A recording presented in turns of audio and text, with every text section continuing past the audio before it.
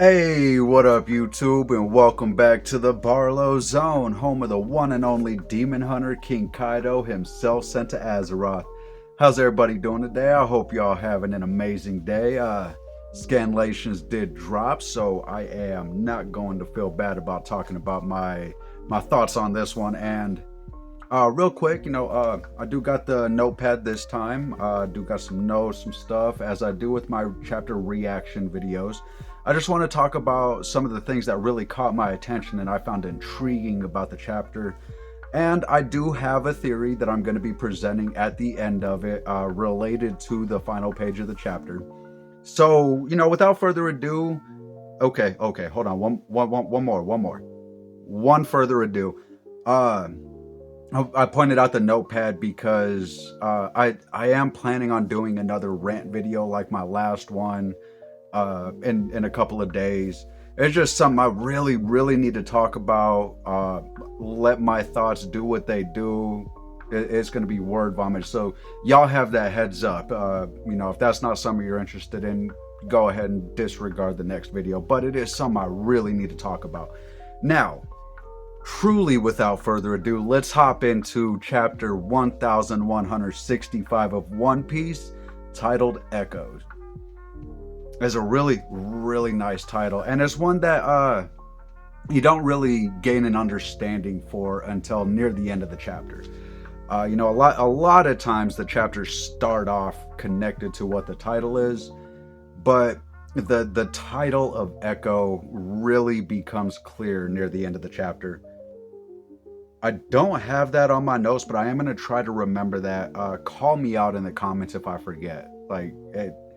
I hope y'all already understood what the reference was, but I do want to address it. So if I forget, go ahead, feel free to flame me in the comments when we get to the end of the video. Barlow, pull your head out your butt, add stuff to the notes. Make sure you're talking about what you need to talk about, right? Anyway, I want to start off by pointing out that, I'm going to take a little bit of a second to brag, and I do understand it was only a few chapters ahead of time, but I did realize that Garp and Roger are going to gain their titles, the Hero of the Marines and the man who would go on to become the Pirate King. The legendary status that they gain on God Valley, right, is not something they wanted. They did not want to be here. And this chapter, from start to finish, the fight against Zebek was the whole chapter. Understand that. Now, I have to say that because, by God, X pissed me off this week, okay? Pew always drops the brief spoilers, usually around Tuesday. And then, I don't know if it's Pew or one of his associates, but somebody else will drop a more detailed spoilers later on, usually the next day. But anyway, after Pew posted the spoilers, right, I've never seen the spoilers reblogged so much for any chapter. And everybody was flaming out to talk about how you gonna one-shot Zebek. Oh, dog, this is dirty. Y'all doing him dirty. Like, this. I hope every last one of y'all are eating salt right now. Like, dude, it's said in the spoilers, like the second sentence of the spoilers was the fight goes on for multiple glorious pages. How y'all, I don't know. It irritated me. I'm all about spoilers. It helps keep people talking, right? But if you're not going to read what's given to you, why comment on it in the first place? Like, I'm sorry, I'm raging a little bit right here, right? Like, the spoilers really got me. It was rage bait for me this week because obviously everybody who interacted it and was reblogging like, oh, this is trash tier content, didn't read what was in the spoilers. Like it, and I'm calling you guys out. I don't care. Hate on me. Flame me in the comments. I don't. Thumbs down. I'm not here to get big on YouTube. Do what you got to do. The truth of the matter is y'all overreacted and tried to flame something before you even saw it. So I sincerely hope everybody who did that is eating salt right now. All right, calm down, Barlow. Calm down. We're gonna move past that. I did find it curious throughout the entire chapter. We kept getting lines from Zebek. Zebek was talking, right? Like, And that's usually, okay, we can't really say usually, right? Because the only two times we've really seen it in full force was when it was introduced on Elbath. Actually, that was the only other time we've seen Domi Reversi in full force before God Valley. But I don't recall what Dory and Brogy were saying to felt like free speech. It didn't feel like Dory and Brogy, right? Where they were talking about, oh, this power is awesome. Like, I can finally do everything I wanted. I don't know. To me, it didn't feel like Dory and Brogy. So I guess I suppose I just kind of read it as like Domi Reversi gives Emu or whoever uses it full control over the other person. Now, obviously, it does allow some semblance of control, right? But I want to pose the question, why was Zebek able to resist this Domi Reversi for any amount of time, let alone long enough to, like, through the full fight? Because I want to point out, and I guess I will. I'm not going to apologize for the rage out right there. I'm really not, because I guess I want to say with this next comment, I could see why people thought it was a one shot, but the truth is we did not have this context of what I'm about to say. We did not have this context in the brief spoilers. I want to point out that in that final page, it looks like Zebek tanked the hit on purpose. Now, I'll point that out because I said the same thing about Kaido on Wano, right? Like, yeah, okay, Luffy was a big giant dude, big old hammer fist coming down from the heavens, right? Like, it looked pretty cooked, but, you know, Kaido's a flying dragon, dude. He was in the air, so he had plenty of verticality to use to get outside of Luffy's hitbox, and he just didn't. He looked up and he tanked it. And I'm just saying, it kind of looks like Zebek did the same thing here. Like, he realized whatever semblance of self-control that Zebek still had, whatever seed back there was allowing him to talk to these guys, realized, okay, they're taking it seriously and they're about to do something incredibly stupid. So instead of trying to counter or block or whatever, he's like, okay, no, this one will cook me, I'm taking it. Like, because, you know, the fight started off very, very, you know, Goku-ish, right? Like, I didn't really think Garp and Roger were taking this fight seriously at first, right? Because, as I said, neither of them wanted to be there. And, let's see, I think I'm going to get to it here in a couple points, but there was something that Garp was doing that really, really sold it for me, that they weren't trying at first. But then we got that scene where, you know, Garp and Roger are talking. They're all, hey, you know what? We might have to call a temporary truce. Like, I don't like the sound of that, but you're right. Throw the jackets. We locked in. When I saw them jackets go flying, boy, I'm all, yeah. They locked in now. They taking it for real, for real. Like, hey, I was feeling good. The next thing I found really cool was the sky splitting moment, right? Now, we've seen this a lot before between individuals who have incredible hockey, right? Like Newgate and Roger, Shanks and Newgate, and I believe it happened briefly on Wano. I can't remember if it was during Odin's flashback or the Luffy and Kaido fight. So, you know, flame me in the comments for there. Let me know what I'm forgetting right there. But I'm curious what you guys are thinking about this one, because do y'all think this is the first sky-splitting event in the history of the world of One Piece?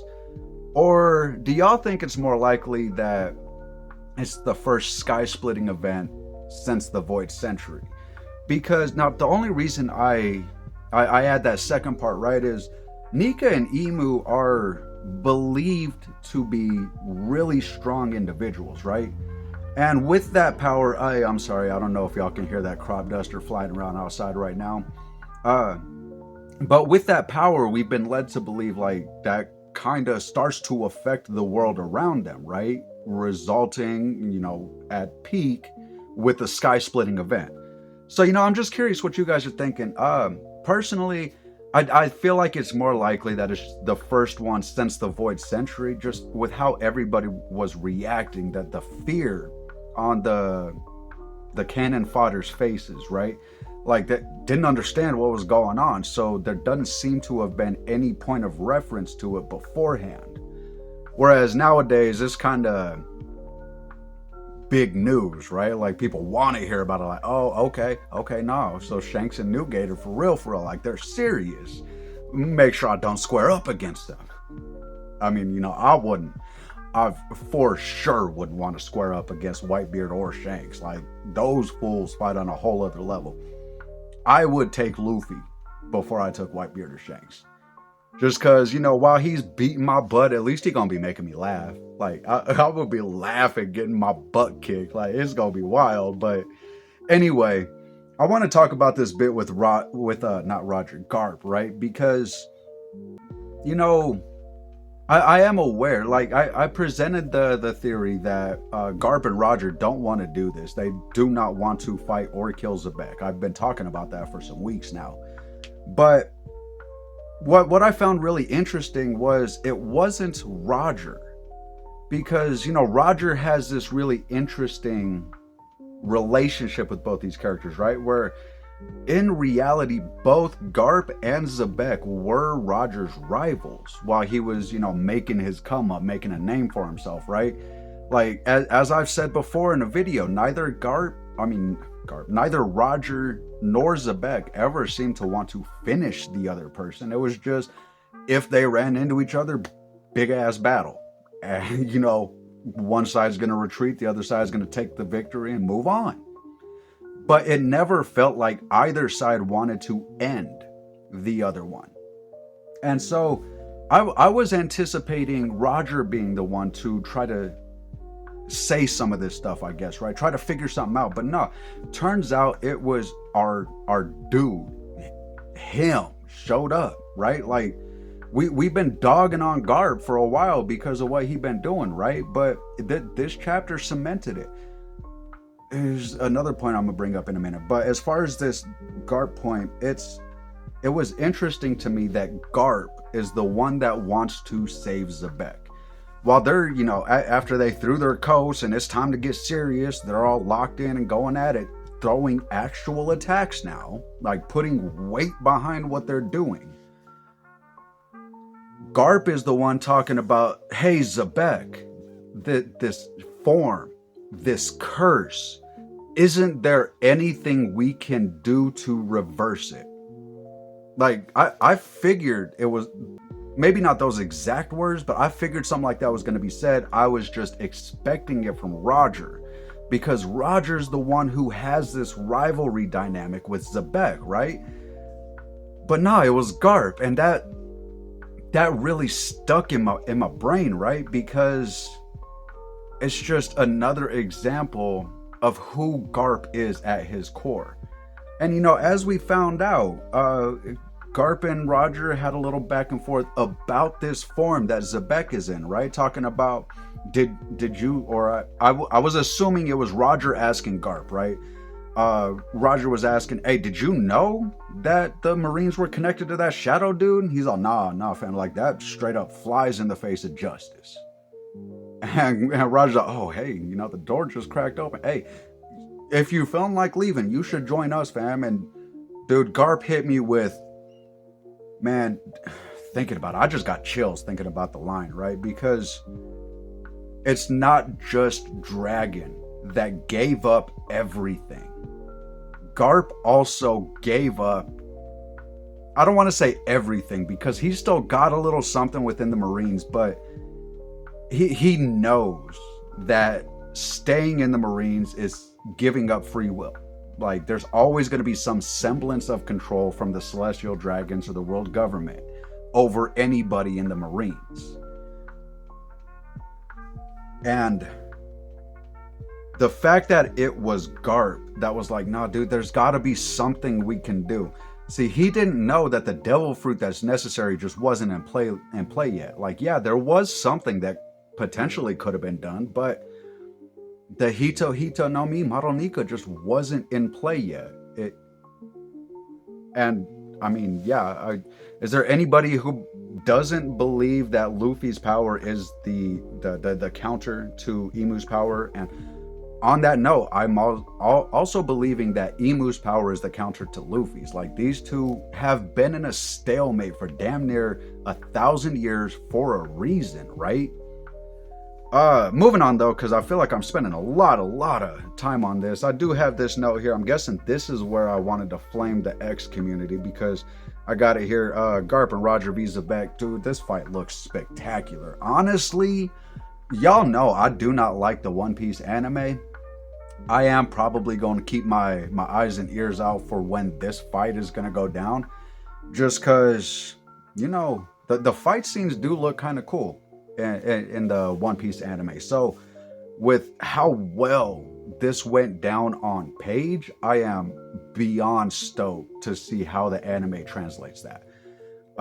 Especially after with Egghead Island. I don't watch the anime. I keep up with it here and there because there's stuff on the internet, right? But I did see that they did Kuma's backstory absolute justice in the Egghead Island arc, right? So these bigger hitter moments, I feel like the anime can be trusted. And since it's a fight, I can just sit back and enjoy that, right? I ain't got to worry about critiquing like, oh, you know, they're changing dialogue or whatever. I'm not worried about the dialogue. I'm worried about how spectacular they are going to make this clash look, right? Like, I already kind of see some of the scenes and the swooshes and the whooshes and the slap-a-doos and the moving on. I love the Marco Polo bit, right? Like, it's funny to me. I'm not quite sure how Graham fits into that, but I mean, Marco Polo's absolutely hilarious. I don't know if it's just me, but I am assuming that Polo Graham is going to end up becoming the first mate of Whitebeard's crew, right? And, you know, largely because, you know, the Rocks Pirates just disbanded. Newgate's getting ready to set out on his own right now. And he just met Polo. But aside from that, the fact that Marco is or was also his first mate during the events of pre-time skip, you know, leading up to Marineford. And honestly, dude, it even feels like he still sees himself as first mate to Whitebeard. Like, he never felt like he truly succeeded Newgate. But I did find myself asking, I'm curious now to find out whether or not Marco was born on the Moby Dick, right? Because, you know, you got a lot of pirates having families all of a sudden, you know. It kind of feels like out of nowhere to me, genuinely speaking. You know, up until Whole Cake Island, you know, Big Mom was really, and then I guess Capone, were really the ones who were big on family and piracy. For the most part, it seemed like everybody else tried to keep the life separate. Maybe I'm just too invested in the Yasopp hate because of what he did to my boy Usopp. I hope Usopp beats the brakes off of Yasopp when they finally meet, dude. Like, I genuinely. Moving on though, because I got a big old heart here next to Dragon, dude. I realize this is a very bad look for Dragon. Like, dude straight up has what I'm assuming to be a commanding officer on his back with a rifle pointed down that fool's maw, right? Like, nah, do you seriously condone this fool? Like, and the homies in the back talk about Dragon. What the fuck you doing, bro? You fucking not bad. Like, stop. And he all, nah, I ain't standing for this. Do you condone this? Get those survivors on this shit. And if anybody got a problem with that, I'm gonna end you myself, fam. And they're all, hey, Dragon, do you know what you're doing? He's all, bet. I know exactly what I'm doing. I am not standing for BS. Like, dude, my dude Dragon, he had, of all characters, now I do realize, you know, Zebek and Teach have made the biggest jump on my rankings because of this flashback, right? And Dragon's always been there floating between the 3 and 5 spot for me. So he didn't really have a big come up, but his glow up has been insane, dude. Like, I've been pretty clear about the fact that I've been fiending for some Dragon lore for a while now, right? Like, y'all know, you know, Barlow's been waiting for some Dragon information, and boy, did Oda come through. Like, this glow up, Dragon is Timothy Chadson in the flesh. Nothing against Garp. You're a legend for a reason. Nothing against Luffy. You're the main character for a reason. At the end of the day, Dragon has sacrificed the most to do the most. Like, I had this, it has been a while, probably about a month. I was reading something on Tumblr. Somebody, Glazing Dragon, you know, did real well. Did a nice little short comic thing for him, right? Talking about more or less the little comic bit was talking about, I gave up everything for you. I hope you know that I love you. You know, Dragon talking to Luffy. And then, but it ended. My comment was, dude, you had me up until the literal last word, because it ended with, I will find the justice I deserve. Bro, Dragon, there's nothing. And okay, hold on, it's 2025, 28 years of One Piece. 28 years of One Piece. Dragon has never done anything selfish or for himself. Dude, seeing that word I, single letter, right? Ooh, sent me over the edge, because the comic was beautiful. It was so Dragon. And then it got selfish.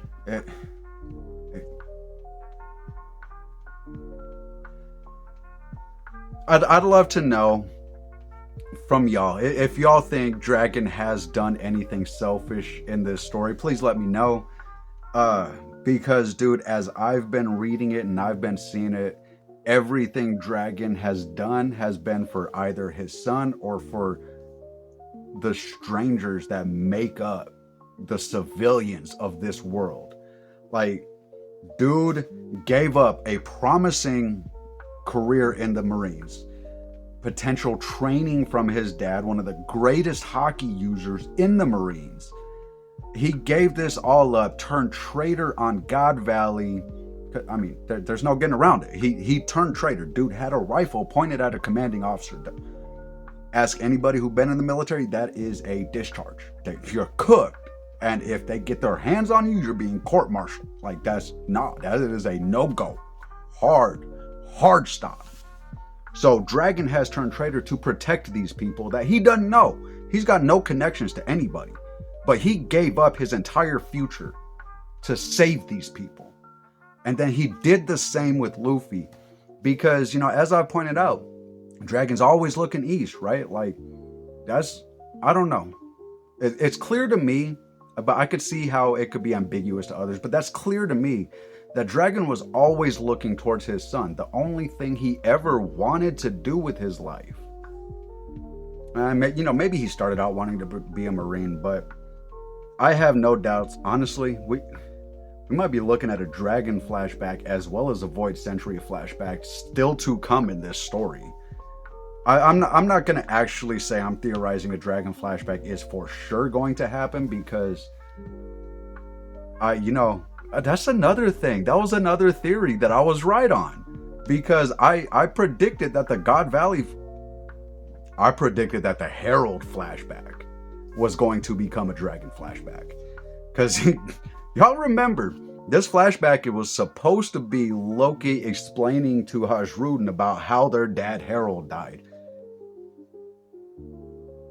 Quick question. What was the last chapter Herald was actually in? Now, on that topic of Herald and the Loki telling Hajrudin's story, right? I want to point out that that's got to be the reason behind Rayleigh and Gabon going back in. We've known about this fight between Garp and Rogers versus Zebek for a really long time.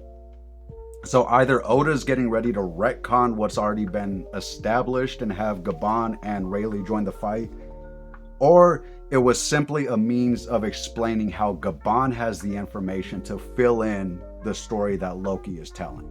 Because, you know, Gabon is still there being treated by Chopper while Loki's talking to Hajrudin and Luffy.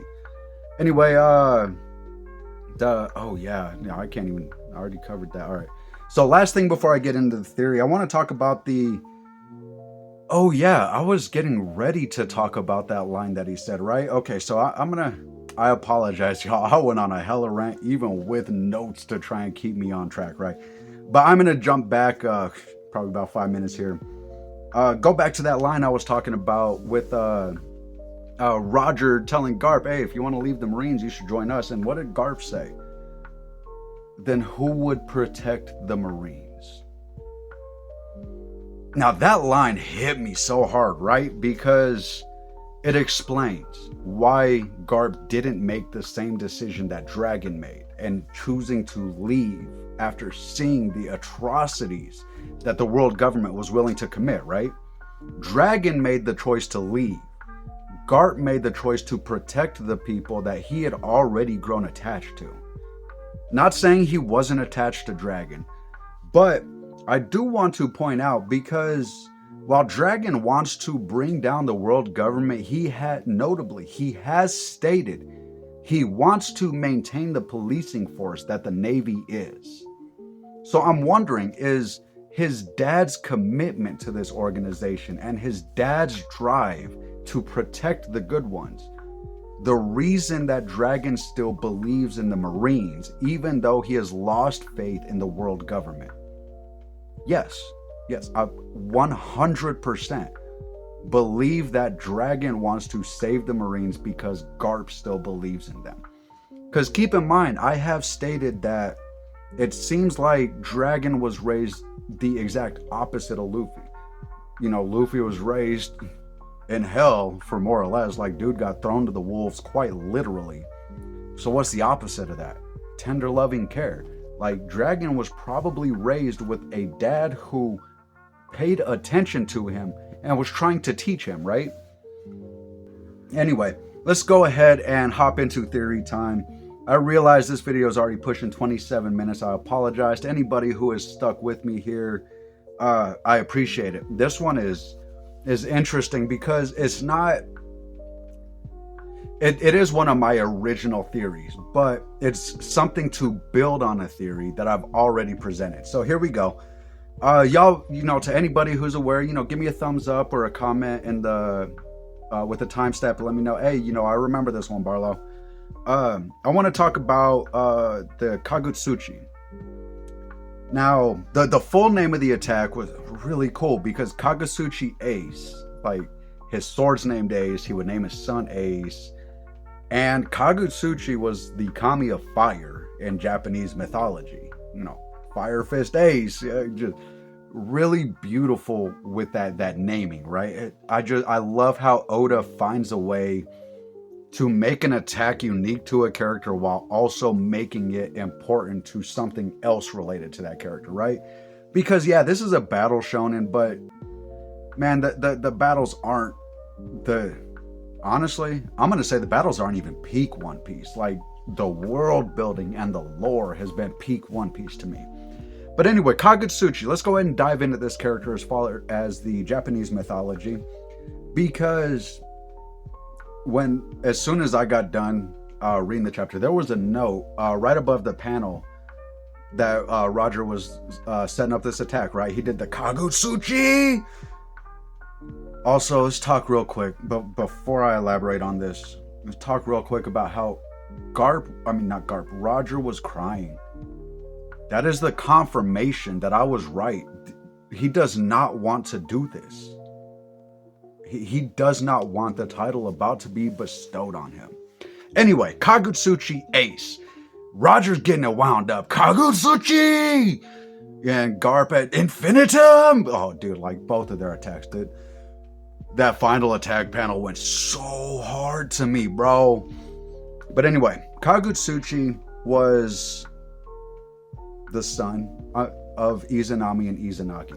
Now, to anybody who has been keeping up with my theories, y'all might remember those names from, me elaborating on the birth of Amaterasu, Tsukuyomi, and Susanoo.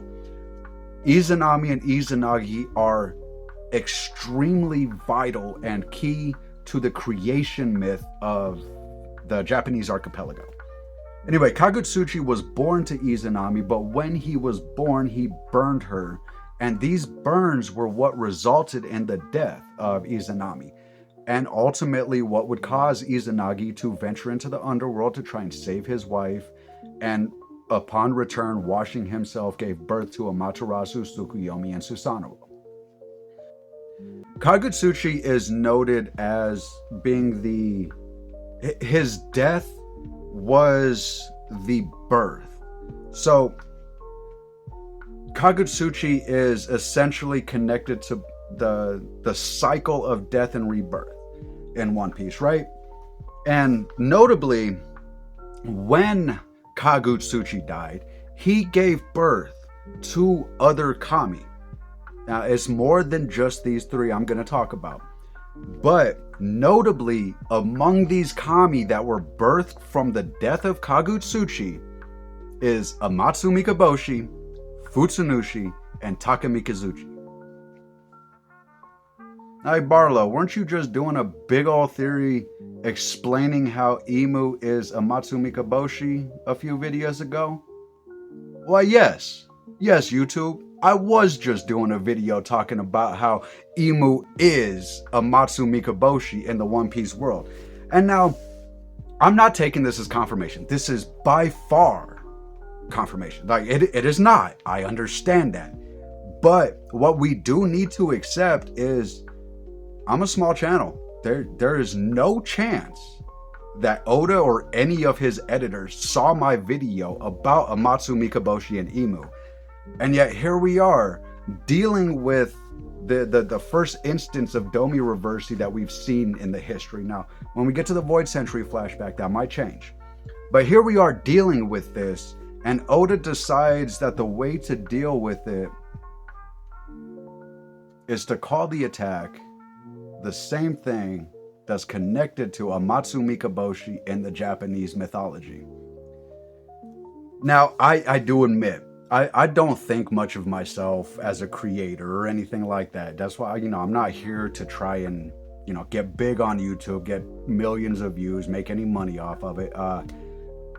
Beachy Dubs update, the interview went very well yesterday. I am anticipating a call back to get started back working again. So just to elaborate on the fact, I'm not here to try and turn this into a job. I'm just here to present my ideas in the hopes that somebody finds it interesting and starts a conversation with their friends, right? There is zero chance that I had any effect on this story. But Oda still is pushing this agenda with the creation myth of the Japanese archipelago. And it makes sense, because what would Oda know best, right? Like, Japanese culture. Of course, it's going to be the biggest tie-in to anything in One Piece. Like, yeah, it might connect to Russian folklore with the Baba Yaga, the Leshy, and the Domovoy, right? My rescripted magnum opus is coming. Be patient with me. But I do want to point out that the defeat of Zebek right now could very well be seen as the death and rebirth of piracy. Because, as I've been pointing out, I say all the time on all kinds of different platforms, Rogers isn't really a pirate. Dude is an adventurer, much closer to Nolan than anybody else in the story of One Piece, right? But he would go on to become the Pirate King. What happened here with Zebek changed his outlook on what he wanted his adventure to be. Because now he's got that hunger to learn what happened to my rival. Why did he change like that and come after me with that kind of power? What happened here? What are we missing? What is being hidden?